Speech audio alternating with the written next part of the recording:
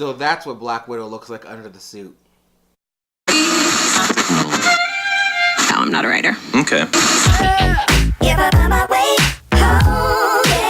Alright guys, Ghost in the Shell. Let me just preface this whole review with telling you I've never seen the manga, I've never seen any of the animated movies or the animated series, so this is just me judging the movie on its own merits, which any movie should go by. So if you've seen the manga or you're familiar with any of the lore, comment down below how wrong am I getting this, how right am I getting this, because I know nothing but what I saw last night. Alright, so Ghost in the Shell is about, they put Scarlett Johansson's brain into a robot body. She's the first of her kind, or so she thinks.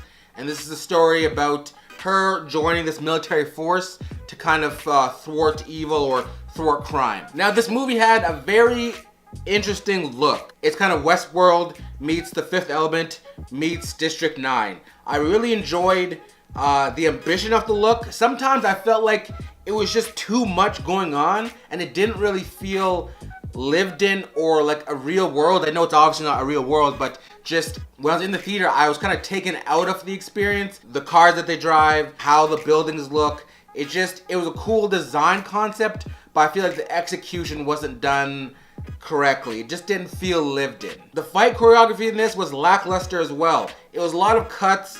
I'm gonna be repetitive because everyone seems to just cut, and how many times have I said cut, but they keep hiding the action from us. There was one action sequence in this movie that was awesome, and then after that, it kind of just trickled off with kind of a Batman Begins, how you can't really see anything, but then you know that they're fighting, but you're not sure exactly what's going on. And I'm not a huge fan of that. I want to see my action, and I feel like Scarlett Johansson, with all her fight training from the Avengers movies, could have pulled off a lot more convincing action sequences. The story in this was very endearing. I like where they were going with the story, but again, the execution of it, I have an idea of what they wanted to pull off, but this movie had a short runtime. It was only an hour and 46 minutes, I believe.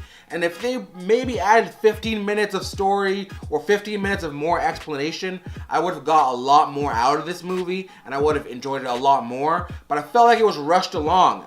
They do a time jump and they don't fill any of that in really. But I feel like nowadays, moviegoers are so smart now. Gaps in the plot are a lot more noticeable. You can tell when it felt kind of rushed, to be honest. This did have a few moments in it where I kind of was taken out and then put back in. I didn't really feel the flow of the film. But the special effects, they were on point. I mean, Scarlett Johansson, for most of this movie, she's not wearing any clothes. She has the appearance of not wearing any clothes. And it looks very real. Everything around, there's a lot of holograms. They look very real, they look very convincing. So they didn't do a bad job of the special effects. It's just I didn't really feel it. Maybe it was too much. Maybe it just wasn't right. There's something that I didn't enjoy about it.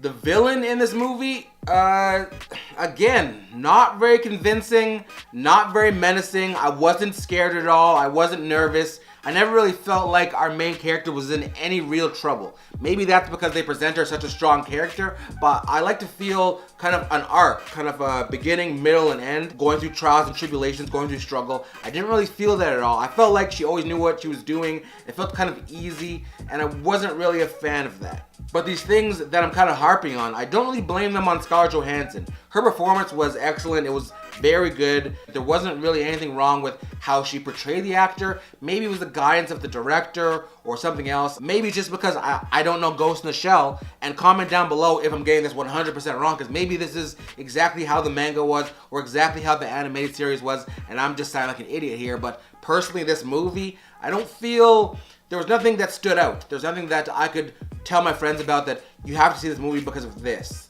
It was just everything was either subpar or kind of just par for the course. So all in all, do I think this is a bad movie? No. There are reasons to go see it. Obviously, if you're a fan, go see it.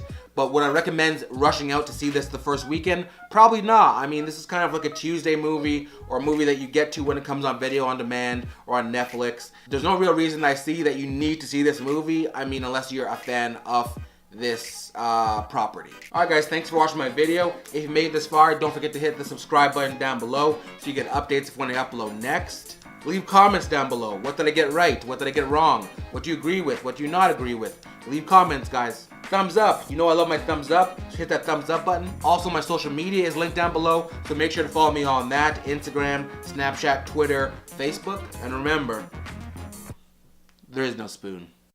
Okay, maybe I was wrong. If you want to see Scarlett in like skin tight spandex, watch this movie.